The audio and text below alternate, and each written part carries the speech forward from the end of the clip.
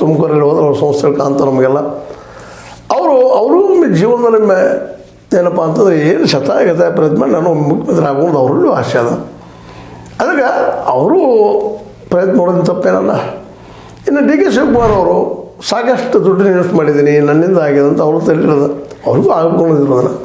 ಇದನ್ನ ಯಾಕೆ ಮಾತು ಹೇಳ್ತಾ ಇದ್ದೀನಿ ಅಂದರೆ, ಇಷ್ಟೆಲ್ಲ ಇದ್ದರೂ ಸಹಿತ ಅಂದರೆ ಒಳಗೆ ಬಂದಿರೋ ಸಿದ್ಧಾಂತಗಳಿದ್ದಾವೆ. ಈಗ ಡಿ ಕೆ ಶಿವಕುಮಾರ್ ಅವರು ಮೊದಲಿಂದ ಕಾಂಗ್ರೆಸ್ಸಲ್ಲೇ ಬಂದಂಥವ್ರು, ಹೆಂಗೆ ಬಂದರು, ಅವ್ರು ಏನು ಮಾಡಿದರು, ಯಾವ ರೀತಿ ರಾಜಕೀಯ ಬೆಳೆಸ್ಕೊಂಡ್ರು ಅದು ಸೆಕೆಂಡರಿ. ಆದರೆ ಕಾಂಗ್ರೆಸ್ನ ಒಟ್ಟೆ ಬಿಟ್ಟಿಲ್ಲ ಅವರು. ಎಸ್.ಎಂ. ಕೃಷ್ಣವ್ರು ಬಿಟ್ಟು ಹೋದ್ರೆ ಇವ್ರ ಗುರುಗಳು ಇವ್ರು ತಂದಂಥವ್ರು. ಆದರೆ ಇವರು ಬಿಡಲಿಲ್ಲ, ಬಿ ಜೆ ಪಿಗೆ ಒಲಿಲಿಲ್ಲ, ಬಿ ಜೆ ಪಿನ ದೂರ ಉಳಿದ್ರು. ಅದಕ್ಕೆ ಅವ್ರು ಸಿಟ್ಟೋದು ಬಿ ಜೆ ಪಿಯವ್ರಿಗೆ CBI ಸಿಗಿಸ್ಬೇಕು, ಅಲ್ಲಿ ಸಿಗಿಸ್ ಮಾಡ್ತಾ ಇದ್ದಾರೆ. ಅವ್ರು ಸಿಗಿಸಿದ್ರು ಒಳ್ಳೇದಿತ್ತು, ಸಿಗಿಸಿದ್ರು. ಆದರೆ ಅವ್ರು ಸಜ್ಜನರಿದಾರಲ್ಲ ಬಿ ಜೆ ಪಿಯವರು ಎಲ್ಲರೂ, ಅವ್ರು CBI ಸಿಗದಂಗೆ ಏನು ಪ್ರಾಮಾಣಿಕರಿದ್ದಾರೆ, ಅದು ಬೇರೆ ವಿಷಯ. ಮತ್ತು ಹೇಳ್ತಾ ಇದ್ದೀನಿ, ಇಲ್ಲಿ ಡಿ ಕೆ ಶಿ ಒಂದು ಕಡೆ ಪೂರ್ತಿಯಾಗಿ ಕಾಂಗ್ರೆಸ್ಗೆ ಬಂದಿದ್ದಾರೆ. ಹೌದು, ಕಾಂಗ್ರೆಸ್ಸಲ್ಲಿದ್ದರೂ ನನಗೆ ಭವಿಷ್ಯದ ಮತ್ತು ವರ್ತಮಾನವಾದ ಅಲ್ಲಿತ್ತಪ್ಪ ನನಗೆಲ್ಲ ಸಲೀಸಾಗಿ ನಾ ಮೂವ್ ಆಗ್ಬೋದು ಅಂತೇಳಿ ಅಂಥದ ಮನಸ್ಥಿತಿ ನಮ್ಮ ಪರಮೇಶ್ವರಲ್ಲೂ ಅದ. ದಲಿತ ಸಮುದಾಯದ ಬರುತ್ತಿರುವಂಥ ಅವರು ವಿಶೇಷವಾಗಿ ಕಾಂಗ್ರೆಸ್ಸಲ್ಲಿ ತಮ್ಮದು ಮೊದಲು ಗುರುತಿಸ್ಕೊಂಡ್ಬಂದಂಥವ್ರು.